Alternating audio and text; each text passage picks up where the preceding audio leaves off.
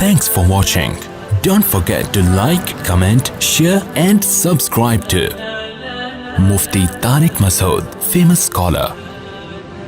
پھر صحابی نے پوچھا ثم من. اس کے صحابی بھی پوچھتے جا رہے ہیں, دیکھو رک نہیں رہے, کیونکہ ان کے سوال کا جواب مل نہیں رہا کہ یا رسول اللہ آپ ماں کا تذکرہ ختم کریں گے تو پتہ چلے گا کہ ماں کے بعد کس کا حق ہے. تو آپ صلی اللہ علیہ وسلم نے ارشاد فرمایا ثم ابوک. چوتھے نمبر پہ کون ہے؟ باپ. پوری کائنات میں اگر آپ کسی سے نرم انداز سے بات کرتے ہیں, میٹھے لب و لہجے میں بات کرتے ہیں, بہت سے لوگ ہیں جن سے آپ بہت نرم انداز میں بات کرتے ہیں. اپنے باس سے آپ سر کہہ کے بات کرتے ہیں کہ نہیں کرتے؟ کبھی آپ نے دیکھا کہ اس نے تھوڑا سا سختی کی ہو, آپ نے آنکھیں ماتھے پہ رکھ لی ہوں؟ کبھی دیکھا آپ نے؟ ہے بھائی. ایک فوجی اپنے آفیسر کے سامنے کیسے بات کرتا ہے؟ آپ نے دیکھا کبھی وہ ابے تبے سے بات کر رہا ہو؟ ہیں میں کسی کی نہیں سنتا, میری اپنا لائف اسٹائل ہے, سر مجھے زیادہ آرڈر نہ دیا کرو. کبھی دیکھا آپ نے ایسے اسٹائل میں بات کر رہا ہو؟ سر یہ جو آپ ہر وقت کی نصیحتیں کرتے ہیں مجھے سمجھ میں نہیں آتی.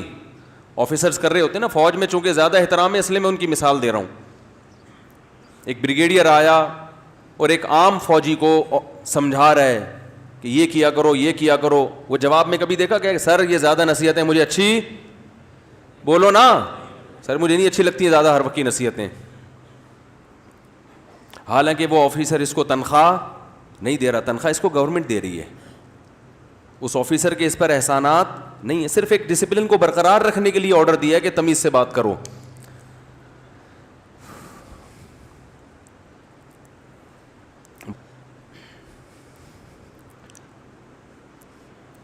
اس نے آپ کے لیے قربانیاں دی ہیں,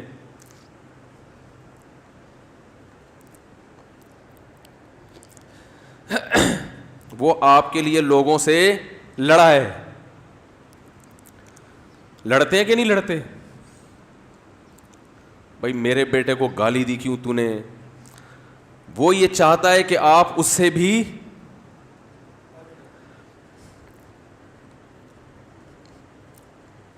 آپ اس سے آگے چلے جائیں.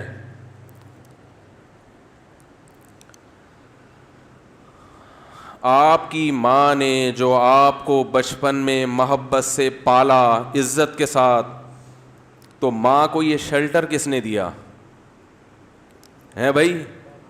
باپ نے. باپ اگر نہ شیلٹر دیتا وہ اتنی محبت کے ساتھ نہیں پالتی.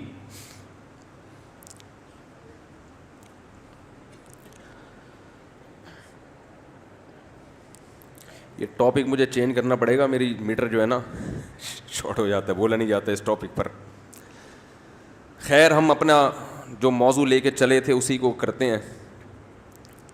تو دیکھو آپ صلی اللہ علیہ وسلم نے کیا فرمایا کہ چوتھے نمبر پہ سب سے زیادہ حق کس کا ہے؟ بولو بھائی, باپ کا. اور اس کی علماء نے ایک حکمت یہ بھی بیان کی ہے کہ باپ چونکہ مرد ہے نا تو اس میں برداشت کی قوت ہے, ماں میں برداشت نہیں ہوتی. اس سے بدتمیزی کرو گے بیچاری روتی رہے گی, باپ کھینچ کے 2 تھپڑ ایسا ہی ہے نا بھی, باپ سے زیادہ نہیں اور لگا دے گا 2-4 کی. ماں بیچاری کڑتی رہتی ہے بیٹھ کے. تو میں مثال دیتا ہوں کہ ایئر ہوسٹس سے اخلاق سیکھا کرو. جس اسٹائل میں ایئر ہوسٹس آپ سے بات کر رہی ہے تو جب ماں سے بات کرو نا تو اس اسٹائل میں 3 چمچ چینی, 3 چمچ حدیث میں 3 گنا ہے نا, تو جتنی چینی آپ اپنے باس سے بات کرتے ہوئے اپنے کلام میں ملاتے ہو, اپنی ماں سے بات کرتے ہوئے 2 چمچ اس میں اضافی ڈال لیا کرو, تو ٹوٹل کتنے ہو جائیں گے؟ 3 چمچ ہو جائیں گے. اتنا میٹھا کلام ہونا چاہیے کس سے بات کرتے ہوئے؟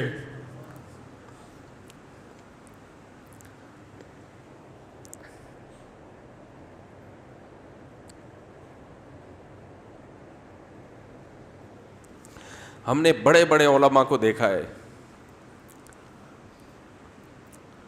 ان کے والدین بالکل دیہاتی، کچھ بھی نہیں آتا ان کو، بالکل گنوار، نہ بات کرنے کی تمیز، نہ اٹھنے بیٹھنے کی تمیز، لیکن بیٹے بن گئے بہت بڑے عالم، اللہ نے بڑی عزت دی. لیکن وہ اپنے باپ کا ایسا احترام کرتے تھے، ایسا بچھ جاتے تھے باپ کے سامنے، ہم نے اپنی آنکھوں سے دیکھا ہے کہ لگتا ہی نہیں تھا کہ یہ کوئی کیا عالم ہے، کوئی مفتی ہے، کوئی بزرگ ہے. تو کیونکہ جذبات ساتھ نہیں دے رہے، ورنہ ایسے کچھ واقعات آپ کو سناتا. بھائی اللہ کا حکم ہمارے لیے کیا ہے، کافی ہے نا. تو بات کہاں سے چلی تھی کہاں کو چلی گئی، وقت بھی پورا ہو گیا ہے. میں اسی پہ بات کو سمیٹتا ہوں جلدی سے. آپ کو چندہ مندہ کرنا ہے جلدی سے کر لیں. ہو گیا؟ ہوگا نا تو جلدی سے کر لیں. شادیوں کی بات ہی ٹھیک ہے بھائی، یہ ماں باپ کے حقوق کی بات نہ کیا کرو. وہ شادیوں والی بات کیا ہے، وہ ٹھیک ہے نا، وہ مزہ بھی آتا ہے اس میں. ٹھیک. تو بات کیا چل رہی تھی، دوبارہ سے اسی ٹاپک پر آتا ہوں. میں نے عرض کر رہا تھا کہ اللہ اس کے رسول صلی اللہ علیہ وسلم نے جو احکام دیے تو دنیا داروں کو اس سے کوئی غرض نہیں ہے کہ یہ کرو یہ نہ کرو، ان کو اس سے کوئی غرض نہیں ہے. لیکن جو آخرت پر ایمان رکھتا ہے، تبھی دیکھو بہت سی حدیثوں میں آتا ہے کہ جو اللہ اس کے رسول اور آخرت پر ایمان رکھتا ہے اسے چاہیے کہ یہ کرے. تو اس میں اللہ کے نبی نے پہلے بتا دیا کہ جن کا آخرت پر ایمان نہیں ہے ان کو یہ باتیں سمجھ میں نہیں آئیں گی، ان کو یہ باتیں نہیں سمجھ میں آئیں گی. تو ان باتوں پر عمل کرنے کے لیے جو میں نے آیت اصل میں پڑھی ہے، جس پر میں نے بیان کرنا تھا، یہ بیان کا رخ ہی کہیں چینج ہو گیا سارا. عمل کرنے کے لیے انسان کو موٹیویشن چاہیے. تو اللہ نے کیا فرمایا، جو آیتیں میں نے قرآن مجید کی پڑھی ہیں اس میں اللہ نے فرمایا کہ اپنے دل میں اللہ کی محبت پیدا کر لو. دیکھو اللہ پر دلائل کے ذریعے ایمان لانا الگ بات ہے، اور دل میں اس کی محبت پیدا کرنا یہ بالکل الگ چیز ہے. تو جیسے نماز کا حکم دیا گیا، زکوٰۃ کا حکم دیا گیا، والدین سے حسن سلوک کا حکم دیا گیا، صدقہ خیرات کا حکم دیا گیا، اسی طرح اللہ نے ہمیں یہ حکم دیا ہے کہ اپنے دل میں میری محبت پیدا کرو. یہ کس کا حکم ہے؟ اللہ کا. تو آج جو دل ہے نا وہ اللہ کی محبت سے خالی ہے. جب محبت سے دل خالی ہوتا ہے تو اطاعت ایسے ہوتی ہے جیسے گن پوائنٹ پہ کوئی آپ سے کوئی کام کروا رہا ہو. دیکھو اپنا بزنس اور دوسرے کے بزنس میں فرق ہوتا ہے نا. اپنی دکان پہ آپ بیٹھے ہو، گٹکے کی بھی ہوگی، کیسی فکر لگی رہے گی نا ہر وقت. اور کوئی کرائے پہ آپ کو بٹھا کے چلا گیا کہ میرا شو روم ہے گاڑیوں کا، تجھے 1 لاکھ تنخواہ دوں گا. تو پھر دیکھو کیا کر رہا، آدھا دن سونے میں لگاتا ہے کہ نہیں لگاتا؟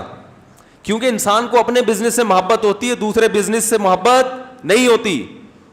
اپنا بزنس گول گپے کا بھی ہوگا تو کہاں سے کہاں پہنچا دے گا، دوسرے کا بزنس اگر تنخواہ پہ بٹھاؤ گے تو بیڑا ایکسیلنسی تو دور کی بات. ہمارے ایک دوست ہیں سیالکوٹ میں، بڑا بزنس ہے ان کا. تو میں نے وہاں دیکھا کہ ان کی فیکٹری میں، مجھے شوق ہے چیزیں دیکھنے کا کیا بنتا ہے فیکٹری میں، اس لیے نہیں کہ میرا کوئی فیکٹری لگانے کا پروگرام ہے، ویسے ہی. تو وہ دیکھا کہ وہ گلوز بن رہے ہیں ان کی فیکٹری میں نا، ایکسپورٹ ہونے کے لیے. سیالکوٹ میں کھیلوں کا سامان بہت بنتا ہے. تو اتنا محنت سے مزدور کام، وہ ملازم کام کر رہے ہیں.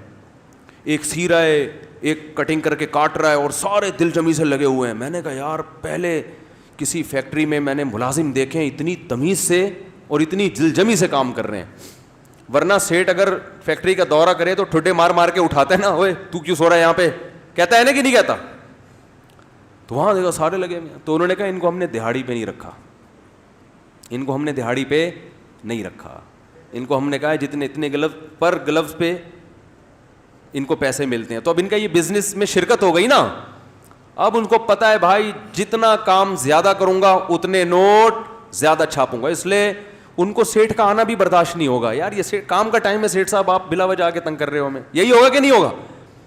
ہم کام کر رہے ہیں ادھر آسٹریلیا سے وہ آیا ہوا ہے، ڈیمانڈ آئی ہوئی ہے، وہ گلوز منگوا رہے ہیں اور آپ ہمیں تنگ کر رہے ہو. بولے چلو، تو یہ کنڈیشن ہوگی. تو اب چونکہ اپنا کام بن چکا ہے نا بھائی، تو جب اللہ سے انسان کو محبت ہوتی ہے تو اللہ کے کام بھی اپنے لگتے ہیں. نماز بھی کیا لگتی ہے اپنی, زکوٰۃ بھی اپنی, پھر مزہ آتا ہے ان کاموں میں.